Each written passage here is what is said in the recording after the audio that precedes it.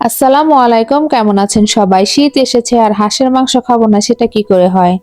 আর হাঁসের মাংসের সাথে যদি চিতই পিঠা না হয় তাহলে তো একদমই চলে না। হাঁসের মাংস আর চিতই পিঠা কিন্তু খেতে অনেক বেশি মজা। তো আজকে আমি আপনাদের সাথে সহজভাবে হাঁসের মাংসটা রান্না করে শেয়ার করব। আশা করি সবারই ভালো লাগবে। ভালো লাগলে অবশ্যই একটি লাইক কমেন্ট দিয়ে সাথেই থাকবেন। আর আমার চ্যানেলে নতুন হলে অবশ্যই আমার চ্যানেলের সাথে যুক্ত হয়ে যাবেন নতুন নতুন ভিডিও দেখার জন্য। চলুন তাহলে মূল রেসিপিতে চলে যাই। প্রথমে আমি একটি হাঁস ভালোভাবে পরিষ্কার করে নেব আর অবশ্যই হাঁসের মাংস চামড়া সহ রাখার চেষ্টা করবেন। চামড়া সহ খেতেই কিন্তু বেশি ভালো লাগে। তো মাংসটা আমার পরিষ্কার করে নিয়ে ভালোভাবে ধুয়ে নিয়েছি। এখন একটি কড়াইয়ের মধ্যে পরিমাণ মতো তেল দিয়ে দেব। আর তেলটা একটু গরম হয়ে গেলে এখন আমি এখানে কিছু আলু ভেজে নেব। আর আলুটা অপশনাল, আপনারা খেলে দিতে পারেন, ইচ্ছা না হলে স্কিপ করতে পারেন। আমার মাংসের সাথে আলু না হলে ভালো লাগে না, এজন্য আমি আলুগুলোকে আগেই ভেজে নিলাম। আলু ভাজা হয়ে গেলে এখানে আমি 1 কাপ পরিমাণের পেঁয়াজ কুচি দিয়ে দিব আর সাথে দিয়ে দেব আস্ত গরম মশলা। এখানে আমি এলাচ, দারচিনি এবং তেজপাতা নিয়ে নিয়েছি। পেঁয়াজের সাথে এগুলোকেও একটু ভালোভাবে ভেজে নেব। পেঁয়াজগুলো যখন আমার হালকা লাল লাল বাদামি কালার হয়ে আসবে তখন আমি এখানে দিয়ে নেব রসুন বাটা। আর রসুন বাটাটা দিয়েও এখানে আমি বেশ কিছু সময় একটু ভেজে নেব। এখানে আমি 2 চামচ পরিমাণ রসুন বাটা দিয়েছি। আর আমার হাঁসের মাংসটা 1 কেজি বা এর থেকে একটু বেশি হবে। রসুনটা পেঁয়াজের সাথে ভাজা হয়ে গেলে এখানে আমি সামান্য পরিমাণ পানি দিয়ে নেব মশলা কষানোর জন্য। আর এখানে আমি 1.5 চামচ পরিমাণ শুকনো মরিচের গুঁড়া নিয়েছি, হলুদের গুঁড়া, ধনিয়া গুঁড়া, গরম মশলা গুঁড়া, জিরা গুঁড়া আর মাংসের মশলা গুঁড়া নিয়েছি 1 চামচ করে। আর স্বাদ মতো লবণ দিয়ে দেব। সবকিছু এখন আমি কড়াইয়ের মধ্যে দিয়ে চামিচ দিয়ে ভালোভাবে নেড়েচেড়ে মিশিয়ে নেব। এখন আমি এখানে দিয়ে নেব 2 চামচ পরিমাণ আদা বাটা। তারপরে আমি সবকিছু একটু ভালোভাবে নেড়েচেড়ে মিশিয়ে নেব আর মশলাটাকে অবশ্যই ভালোভাবে কষিয়ে নিতে হবে।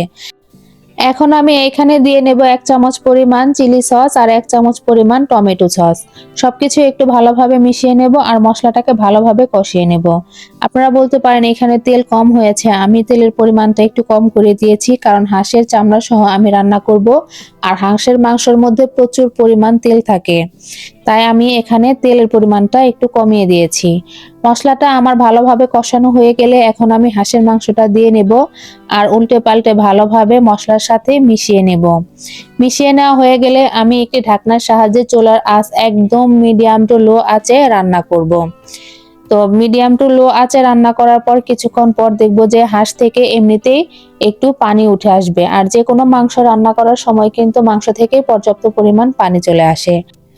আমি এই মাংসটা রান্না করার জন্য এক্সট্রা কোনো পানি ব্যবহার করব না।